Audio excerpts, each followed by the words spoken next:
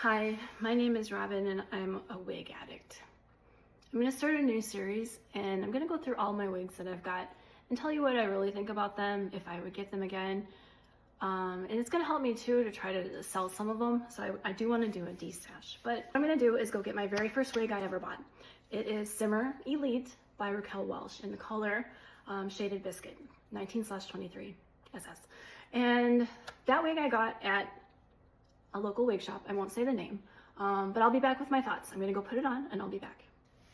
All right, this is my Simmer Elite. And if you've seen other ones, you might say, Robin, that doesn't look like Simmer Elite. Well, I've worn it so much, a lot of the original curl pattern has fallen. I did try to add curls back in with a curling wand. So here's the spin on that one. I kind of like it actually, more like less tight curls. To this day, this is still my husband's favorite wig. I still really like it, but I will say, I spent $500 on this wig at the wig shop. I didn't know any better. I was just desperate for help. And now that I know better, I would never pay that much for this. I'd probably pay about half that. I will say in general, Raquel Welch is a very good name, very good company. I don't want to be bashing any companies, but I will say the thing I struggled with is it's a lot of hair. I did go ahead and I lifted this top part up and went ahead and thinned it out with a thinning shear. And then I did cut slight layers on the side because I didn't like how it was all one length. And it looked to me kind of wiggy. The very first day I wore it to work, I'll post a picture, but I had it up and back like so far because I didn't know any better. But now, like, once you get used to it, you're like, well, that's where my hair is. Well, no, you want your hair where it should be and where it looks better. So that may or may not be your natural hairline. It might be further down. So yeah, I still kind of mess with this one. I originally had it on the right hand side, then I wore it in the middle for a while. It's a full mono. I will take it off and show it to you. I did put scar tape on the left hand side now. So Raquel Welch, if you've done any reviews on this, this is very thin. Like, here's my fingers. You can see my nail polish. It is very sparse. It's 100% hand tied, all on the top and most of the cap. It has some stability wefting in the back. That's also why it's a higher price point, because it's all hand tied. This wig, I made a huge mistake when I was a new wig wearer and I wore it out in the desert on a hike. And it touched the back of my neck and got sunscreen all over it. It was like a hot, clumpy mess. Don't ever do that again. Like, I would never do that again. But overall, I still really like that one. Next up are 4 Belle tresses. I got on a huge Belle tress kick and I'll be right back. Next one is Capri. And Capri and I have had quite the journey. This is my second wig I ever got. I got it on eBay for $135. This is raw sugar blonde. It used to be really long, but I just wouldn't even look at it and it'd get all tangled up. So almost immediately I cut it to about here and wore it like that for a while. It was all kind of like one length, and then I didn't like it. So I just kept hacking at it and it just kept getting more tangled, and I thought at first something was wrong because I looked like I had a 5 head when I wore it, but then I realized how dang big it is. And I'll just do a quick spin before I take it off. But basically, I've been curling it with this thing. This has now become my hiking wig. I just wore it on Saturday to go for a hike with my friends, and it looks so cute underneath a hat. I don't care what happens to this wig anymore. Look on the inside, I will show you. This is how big it is. I have to literally crisscross the Velcro tabs here. It is so big for my head. I have a 20.5 circumference. So yeah, it's literally crisscrossed in the back. But that's Capri. Would I get another one? No. This next one I have is Alicante. If I had to pick one wig, just one, it would be this one. This is my all-time favorite. It's the one I've gotten the most compliments on. This is in the color Milkshake Blonde, which is my go-to blonde for Belle Tress. It's a couple shades lighter than Raw Sugar. I would say Raw Sugar is more like my salon color. This is Belle Tress. I got this from a wig sister for $200 early on in my journey, like over a year ago.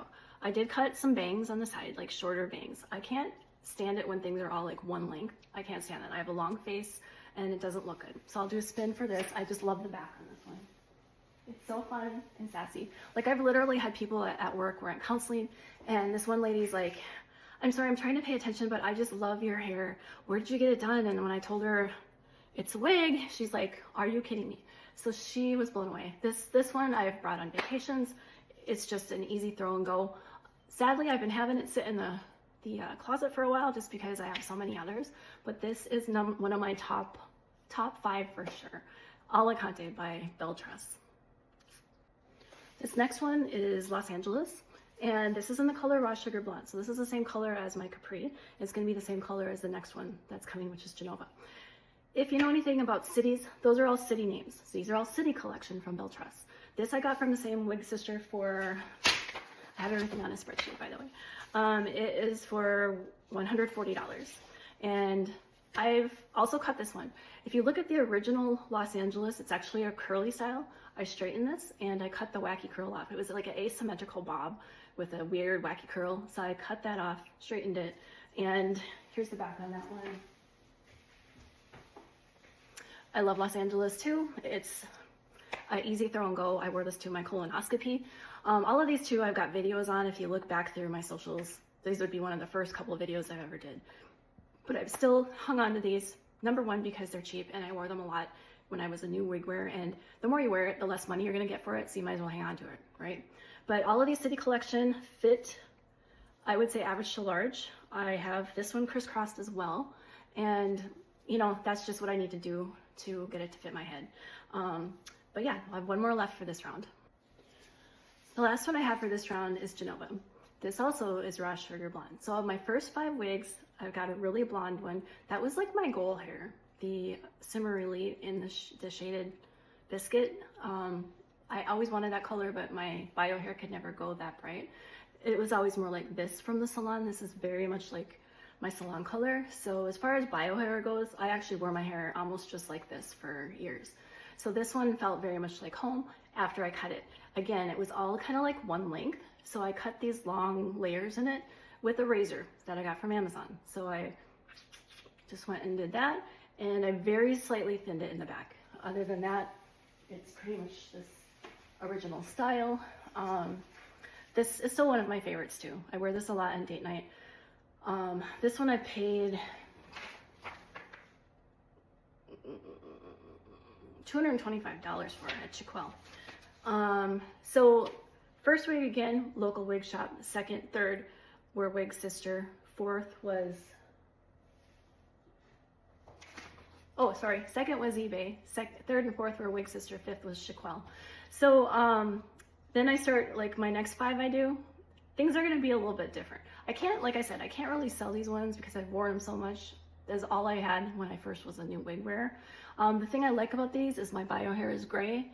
I can pull it through and it blends really nicely, either with Raw Sugar Blonde, Milkshake, or Shaded Biscuit. So I will say I rate all these highly, but the fibers on Belle Tress absolutely suck. Belle Tress, if you're listening, you need to do something about your fibers. You have to heat treat it pretty much every time, especially this one. Like I can barely run my fingers through it and it's not even that long.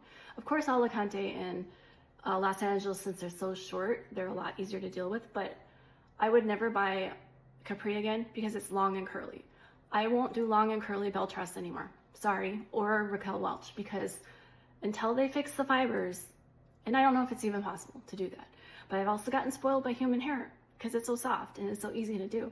So my thoughts will become a lot more outspoken as I go along, and I'll tell you what I really think about things. And what I really think, it's hard as hell to be an influencer. I will tell you that.